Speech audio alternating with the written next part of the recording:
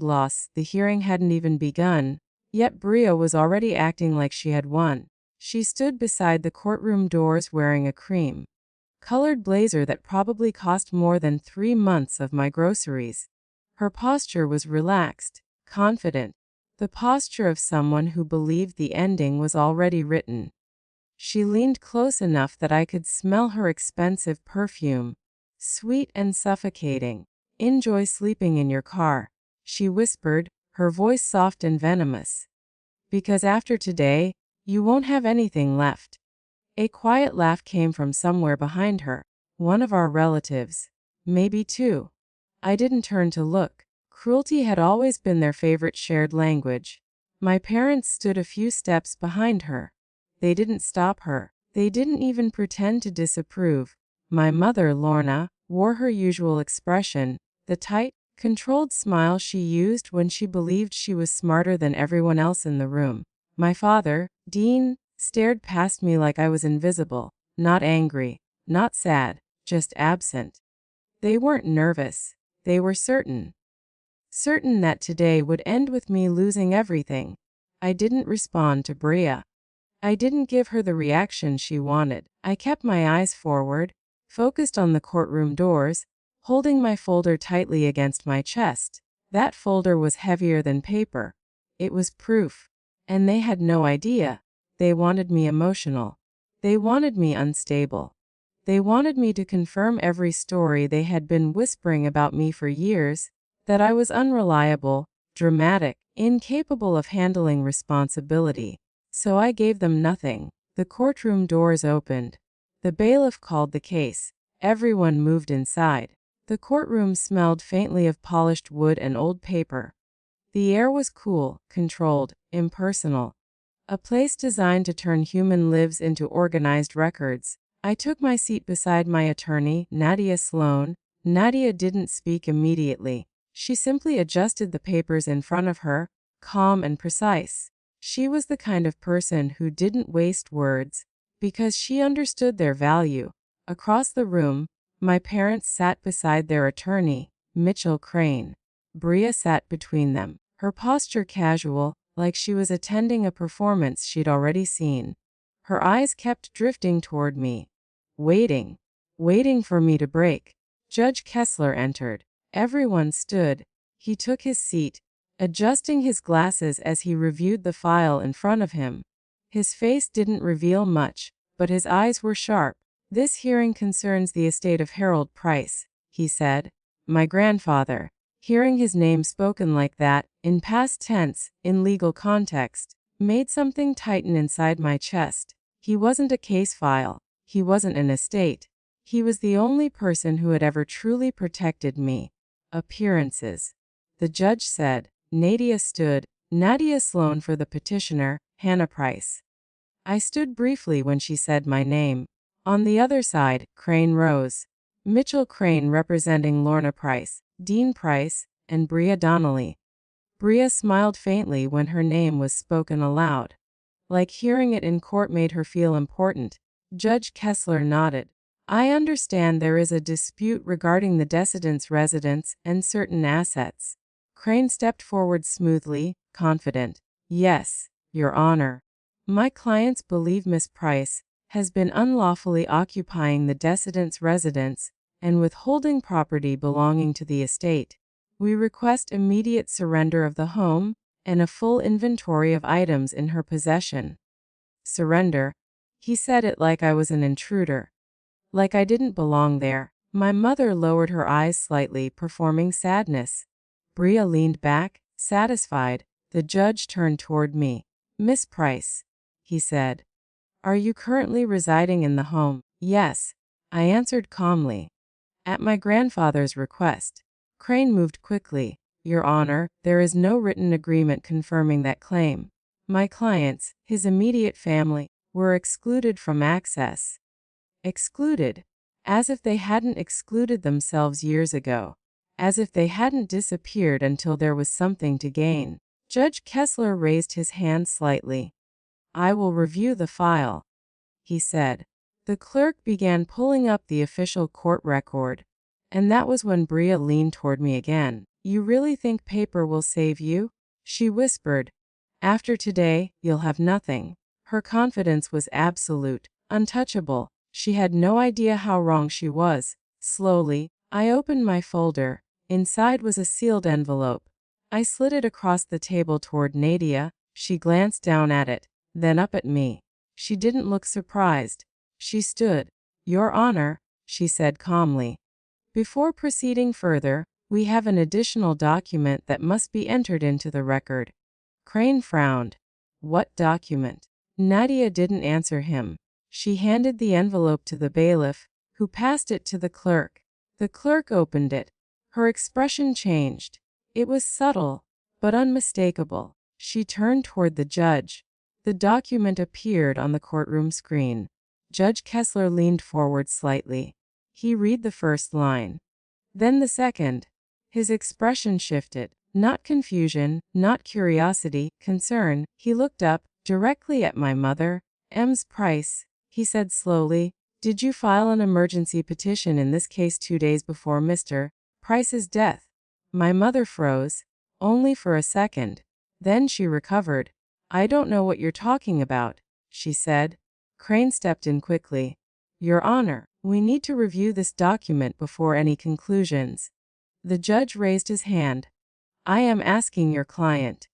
Silence filled the room. Bria wasn't smiling anymore. Judge Kessler tapped the screen lightly. The court system shows a verified filing associated with your email account. My mother's composure began to crack. I didn't file anything, she said, but the certainty was gone.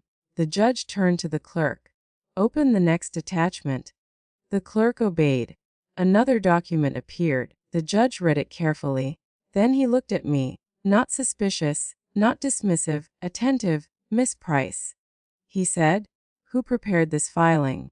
My voice was steady. My grandfather did, I said. A ripple moved through the courtroom.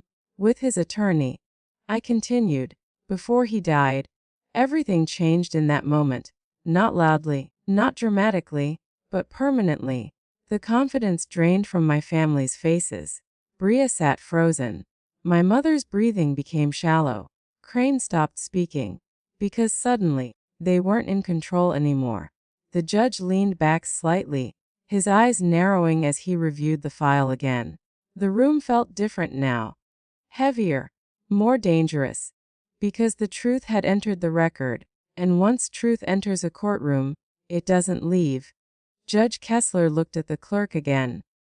Open the verification log. The clerk hesitated briefly, then clicked. Her eyes widened. She leaned closer to the screen. The judge noticed. What is it?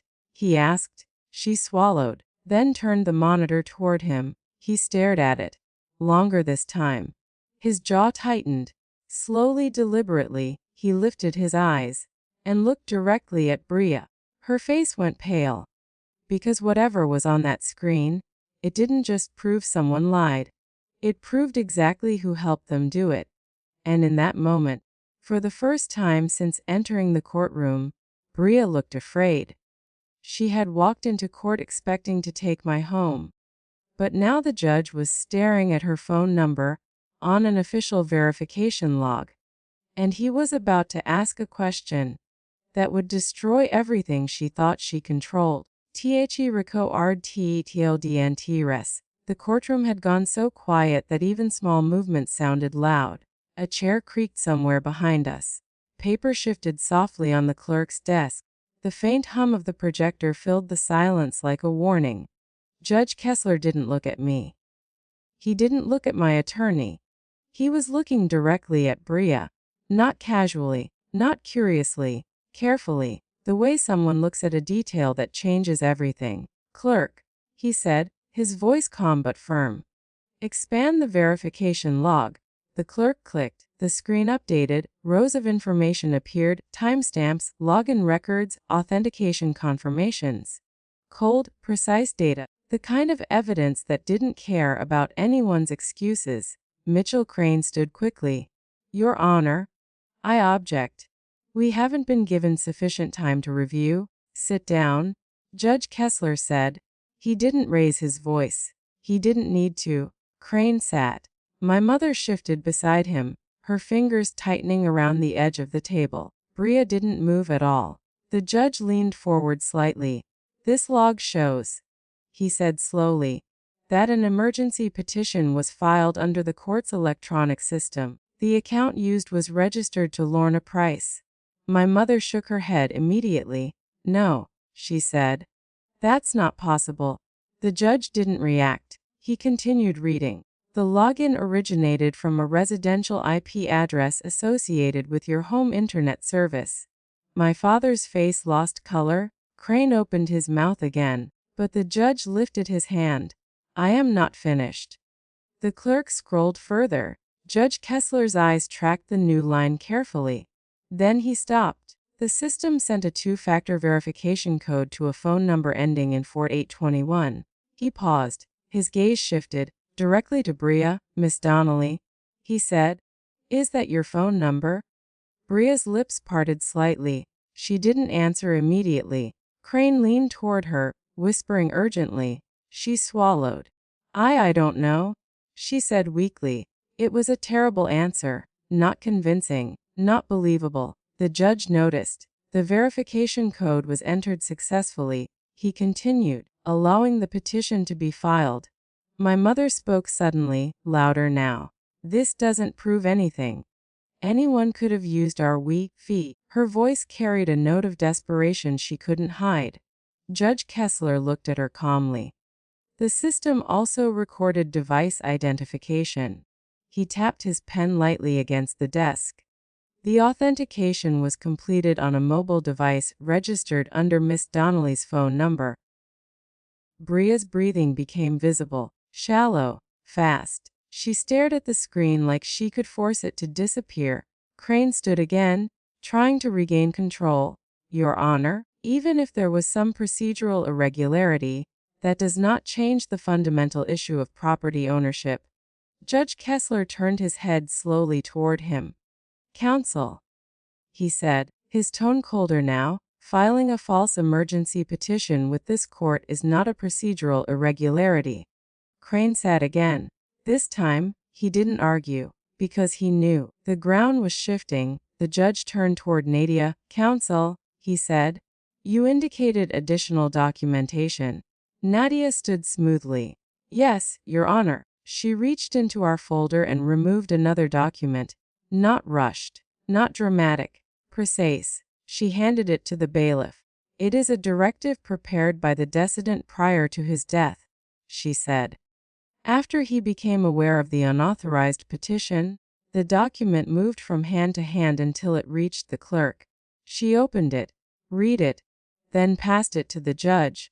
Judge Kessler began reading silently. His expression didn't change immediately, but his posture did. He leaned forward slightly, focused, invested. He turned a page, then another. Finally, he spoke. This directive, he said slowly, was signed and notarized by Harold Price, my grandfather. His voice filled the room again, even without being there. The judge continued. It states that he discovered an emergency conservatorship petition filed without his consent. My mother's hand trembled slightly. She hid it quickly. The judge kept reading. It further states that he was fully competent at the time, and that he feared attempts to remove his granddaughter from his residence without legal justification. Bria's face went pale. My father stared at the floor.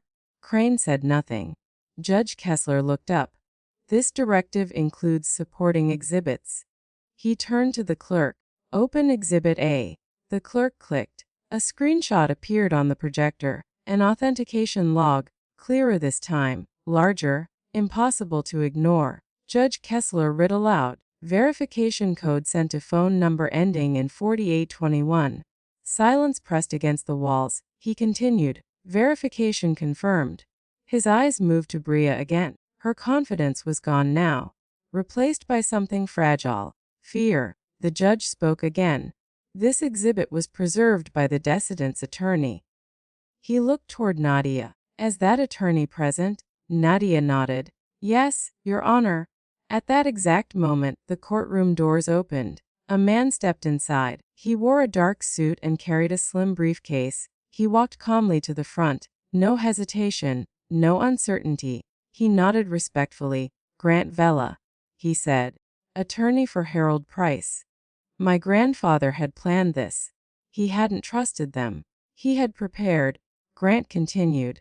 "I can authenticate every document submitted to this court, including the directive, the verification logs, and additional evidence preserved prior to Mr. Price's death." My mother stared at him like he had betrayed her personally, but he hadn't. He had done his job. The judge nodded. "Do you also possess evidence regarding Mr. Price's state of mind?" Grant didn't hesitate.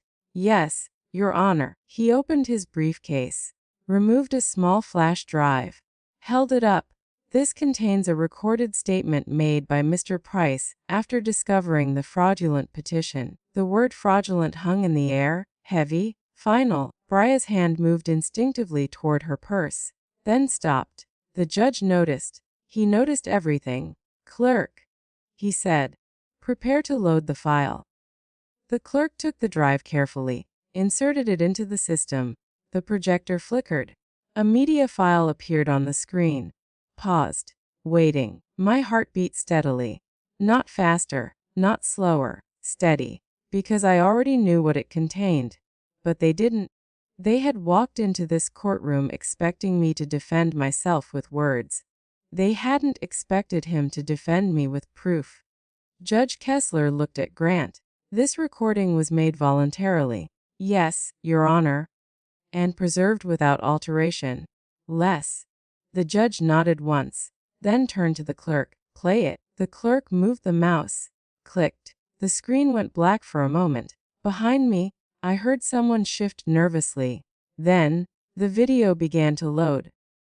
And the moment my grandfather's face appeared on that screen, everything they had built their lies on started to collapse. My family thought death had silenced him. They thought the truth died with him. But now, in a courtroom full of witnesses, my grandfather was about to speak. And what he said next would turn their plan into a criminal case. "Tichide doan testef us gum pelanaants." The screen flickered once, then twice, and suddenly, he was there. My grandfather sat at his kitchen table, wearing the gray cardigan he always complained was too warm, but never stopped wearing.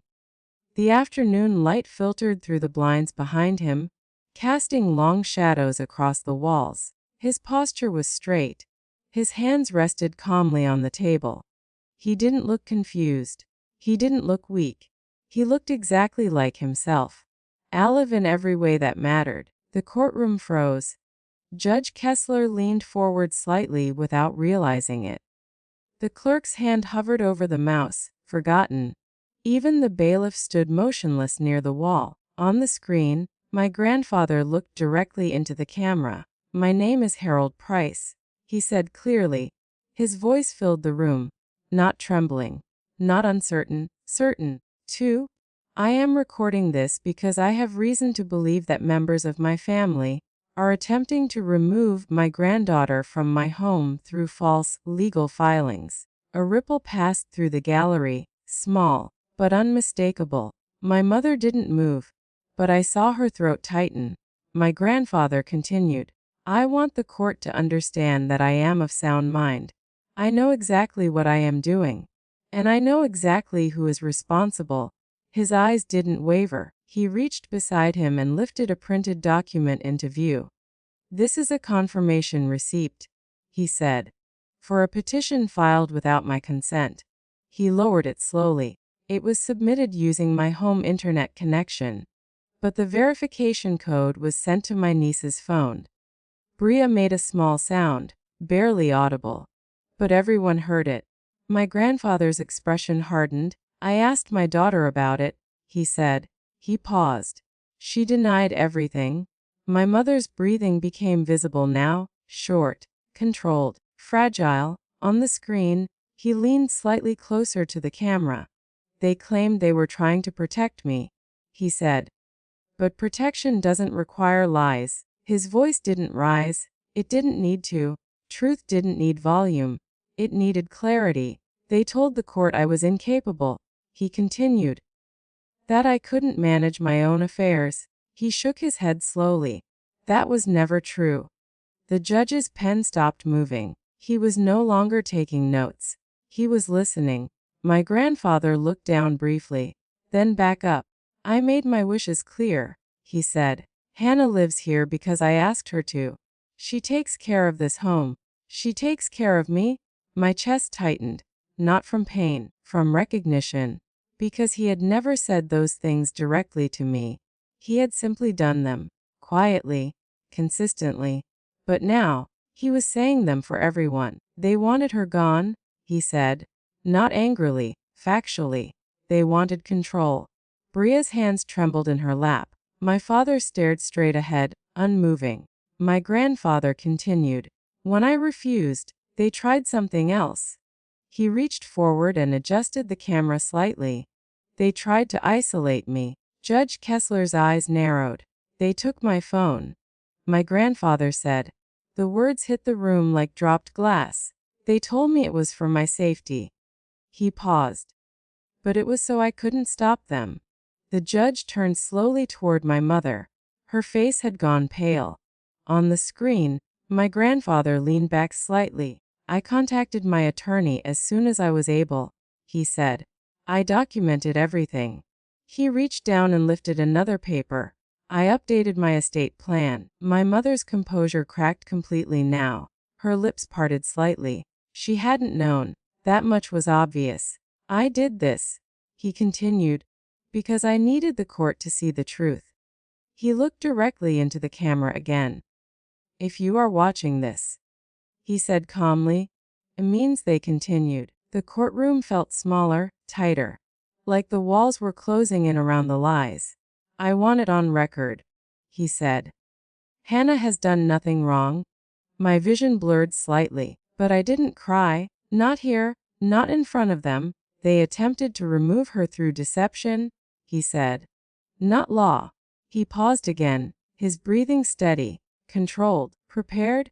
I made a complete inventory of my property, he added. Everything is documented. Bria's head snapped up slightly.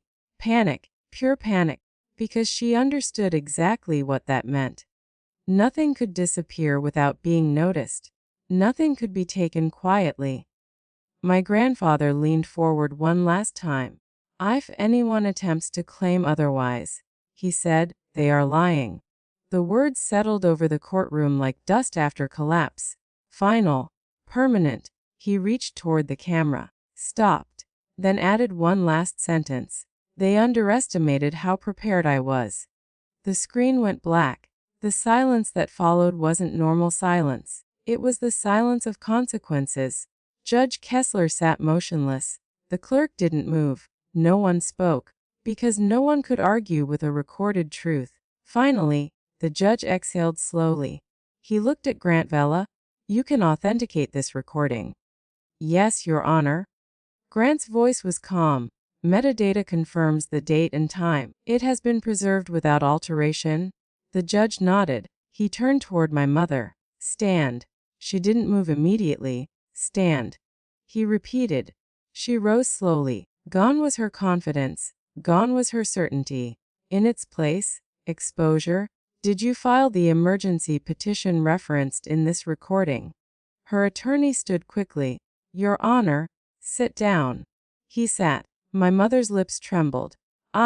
She stopped, because there was nowhere left to hide. Judge Kessler's voice hardened. You are under oath. The weight of those words pressed down on her. And for the first time since this began, she had no control, no narrative, no protection, just truth, and consequences waiting behind it. The video had destroyed their story. But Judge Kessler wasn't finished. Because the next thing he ordered wasn't a question, it was evidence collection. And Bria didn't realize yet that her phone was about to become the most dangerous object in the courtroom. The moment stupidus mili. No one spoke after the video ended. The silence wasn't confusion anymore. It was realization. Judge Kessler leaned back slowly in his chair. his fingers resting lightly on the edge of his desk. His eyes moved across the courtroom, not quickly, not randomly, but deliberately. He was measuring something, not emotion, credibility. He looked at my mother, then at Bria, then at their attorney. Finally, he turned toward the bailiff. Collect their phones. The words were calm, routine, but their effect was immediate. My mother blinked. I'm sorry. The judge didn't look at her. Phones belonging to Ms. Price and Ms. Donnelly. He repeated, they are now potential evidence in a fraudulent filing investigation. Bria froze. Her hand instinctively tightened around her purse. Crane stood abruptly. Your Honor, I object. This is highly irregular. Judge Kessler turned his head slowly toward him. Counsel, he said, his voice colder now. What would be irregular is allowing potential evidence to leave this courtroom. Crane sat, because he understood what that meant. This wasn't a civil disagreement anymore. This was becoming criminal. The bailiff stepped forward. Phones, he said simply. My mother hesitated. Her fingers trembled slightly as she reached into her purse. She pulled out her phone, held it for a second, like she was considering something, then placed it on the table. Bria didn't move. The judge noticed immediately. Miss Donnelly, he said calmly, you will comply. Bria swallowed. Her confidence was gone now. She reached into her purse slowly, pulled out her phone, placed it beside my mother's. The bailiff collected both devices and placed them into sealed evidence pouches. The sound of the plastic sealing shut echoed louder than it should have, because everyone understood what it meant. Nothing could be erased now. Judge Kessler turned to the clerk. Print the authentication logs. The clerk obeyed. The printer began to hum. Paper slid out one sheet after another. Permanent records. Permanent consequences. The judge spoke again. This court takes fraudulent filings seriously, he said, his gaze fixed on my mother, especially those made under oath. My mother's voice returned suddenly, sharp and defensive. I didn't do anything wrong. But it sounded weaker now. Forced. The judge didn't argue. He didn't need to. He simply turned to Grant. You indicated additional documentation. Grant nodded once. Yes, Your Honor. He opened his briefcase again, removed a certified document, held it carefully. The updated estate plan. My mother stiffened. Crane stood again. Your Honor, we have not been given time to review. You'll have time, Judge Kessler said, but the court will review it now. The document was handed forward. The clerk opened it, displayed it on the screen. The title appeared first. Last Will and Testament. My grandfather's final decisions. His final protections. Judge Kessler began reading silently. His expression didn't change immediately. But then his eyebrows lifted slightly. He leaned closer. He read one section again. Then he spoke aloud. The decedent's primary residence, he said, is hereby granted in full to Hannah Price. My mother gasped. It wasn't loud, but it was unmistakable. Bria's head snapped toward her. What? She hadn't meant to say it out loud, but she couldn't stop herself. The judge continued reading. A monetary bequest of $10,000 to Lorna Price. My mother froze. 10,000, not the house, not control, just 10,000. To Dean Price. The judge continued. $10,000. My father stared at the screen like he didn't understand what he was seeing. And to Bria Donnelly. The judge paused briefly. $1,000. The courtroom reacted, not loudly, but audibly. Shock moved through the gallery. Bria's face turned red, then pale. That's not possible, she whispered. The judge looked up. It is, he said simply. My mother stood suddenly. This is manipulation, she snapped. He wouldn't do this. But her voice lacked conviction, because deep down, she knew he would. Judge Kessler continued reading. Any beneficiary who contests this will, or attempts to remove Hannah Price from the residence shall forfeit their inheritance. Crane went still, because he understood exactly what that meant. Everything they had done, everything they had tried, had triggered that clause. Judge Kessler lowered the document slowly.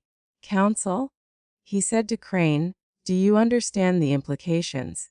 Crane didn't answer immediately, because there was no good answer. My mother spoke again. "He wasn't thinking clearly," she said. "She manipulated him." The judge's expression hardened. "We just watched a video confirming his clarity," he said. My mother fell silent, because she had no response. The truth had removed every excuse. Judge Kessler turned to the bailiff again. "These devices," he said, nodding toward the sealed phones, "will be transferred to investigators." My mother's breathing quickened. She hadn't expected this. None of them had. They thought this would be simple. Pressure, intimidation, removal. Instead, they had exposed themselves. Judge Kessler looked at me briefly, not with sympathy, with acknowledgement, because the record spoke for itself now. He turned back to the room. "The protective order stands," he said. "Miss Price remains lawful occupant of the residence. My home, protected, legally, permanently." My mother sank slowly back into her chair.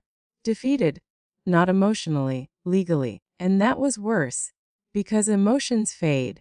Records don't. The judge began organizing the documents. Efficient, final. But before he could speak again, the courtroom doors opened. Quietly, everyone turned. A woman stepped inside, professional, calm, focused. She held a badge in one hand. She spoke clearly. "Investigator Reyes, District Attorney's Office." The words hit harder than anything else had, because this wasn't family anymore. This wasn't civil. This was criminal. She approached the bench. The bailiff handed her the sealed phones. She accepted them carefully, documented them, preserved them. Evidence. My mother stared at the envelope like it contained her future, because it did. Investigator Reyes looked toward my mother, then toward Bria. Her expression didn't change. She didn't threaten. She didn't accuse. She simply observed, because she didn't need to do anything else. The evidence was already speaking, and it wasn't finished yet. They thought losing the house was the worst thing that could happen. They were wrong, because Investigator Reyes wasn't there for property. She was there for charges, and the next document she requested would prove they hadn't just lied. They had committed a crime. Teach consequences eniva expited. The courtroom didn't feel the same anymore, not because of what had been said, because of who had arrived. Investigator Reyes didn't rush. She moved with calm efficiency, like someone who understood that panic belonged to other people, not her. She accepted the sealed evidence pouches from the bailiff and inspected them carefully, checking the custody labels before placing them inside her case file envelope. Every movement was precise, routine, final. My mother watched her hands like she was watching her own future being sealed shut. Bria sat frozen beside her, her fingers gripping the edge of her chair, so tightly her knuckles turned white. For the first time in my life, neither of them looked powerful. They looked small. Judge Kessler spoke. "Investigator, the court has flagged multiple filings and verification records for review." Reyes nodded. "We'll begin forensic analysis immediately." Her voice was calm, neutral, professional. She wasn't emotional, because she didn't need to be. Evidence didn't care about emotions. It cared about facts. Crane attempted one last effort. "Your Honor," he said carefully, "surely this matter can remain within civil jurisdiction until further review." Judge Kessler looked at him. "No," he said simply. "One word, absolute. This court has sufficient reason to refer this matter for criminal investigation." Crane sat slowly, because there was nothing left to argue. The judge turned his attention back to the will. "The residence," he said clearly, "remains under the lawful ownership of Hannah Price, effective immediately. My home, not temporarily, not conditionally, legally, permanently." My mother closed her eyes briefly. The reality had finally reached her. She wasn't losing an argument. She had already lost. Judge Kessler continued. The protective order remains active. Any attempt to interfere with Miss Price's residency will result in immediate contempt proceedings. He looked directly at my mother when he said it. A warning. Clear. Unavoidable. My father spoke for the first time, quietly. Lorna. Just her name. Nothing else. But it carried something heavy, regret. She didn't respond. She couldn't, because there was nothing she could fix now. Judge Kessler organized the remaining documents. The will is admitted into probate, he said. That was it. The decision. Final. Not dramatic, not emotional, permanent. The gavel struck once. And just like that, it was over. But consequences don't end when hearings do. They begin. Outside the courtroom, the hallway felt colder. My mother walked toward me immediately. Her composure had returned, but it was fragile, artificial. This isn't finished, she whispered. The threat was weak, empty. Because now threats were evidence. Nadia stepped between us instantly. That would be a violation of the protective order, she said calmly. The bailiff moved closer. Watching, waiting. My mother stopped. Because she understood. She had lost control, not just of the house, of everything. Bria stood behind her, silent. For once, she had nothing to say. No insults, no confidence, just silence. My father lingered. He looked at me. Not with anger, with something else. Something harder to face. Guilt. But he said nothing. Because apologies don't fix betrayal. He followed them down the hallway. And just like that, they were gone. The house felt different when I returned. Not physically, emotionally. It wasn't under threat anymore. It wasn't temporary. It was mine. I walked into the kitchen slowly. The same kitchen from the video. The same table where my grandfather had sat. Where he had protected me, even after he knew he wouldn't be there. I ran my hand along the surface. Solid, real, safe. He had known what they would do. He had prepared for it. Not with anger, with documentation, with truth. Weeks passed. The investigation moved forward. Forensic analysts recovered deleted authentication logs, verification records, communication attempts, even the locksmith inquiry Bria had tried to erase. Nothing truly disappears. Not when systems are designed to remember. Charges followed. Fraudulent court filing, perjury, attempted unlawful eviction. Not accusations, charges. My mother accepted a plea agreement. Probation, restitution, permanent record. Bria faced charges as well. Her involvement documented, verified, recorded. She wasn't smiling anymore. My father cooperated. He testified truthfully. It didn't absolve him, but it ended his silence. The protective order remained active. They couldn't contact me, couldn't approach me, couldn't threaten me. Legally, enforced, permanent. I changed the locks, installed cameras, secured every record my grandfather had left behind. Not because I was afraid, because I understood something now. Protection isn't about fear. It's about preparation. One evening, I found the key he had mentioned, hidden exactly where he said it would be. Under the pantry shelf. He hadn't just protected the house. He had protected me. Even after he was gone, the quiet returned, not empty, peaceful. For the first time in years, I wasn't waiting for something to be taken from me. Because nothing could be taken anymore. The truth had been recorded, verified, enforced. My grandfather had understood something they never did. Power doesn't come from intimidation. It comes from evidence. And evidence doesn't forget. They walked into court believing they could erase me. They walked out with criminal records instead. And the house they tried to steal. I still live there. Because in the end, they underestimated one thing. He didn't leave me defenseless. He left me proof.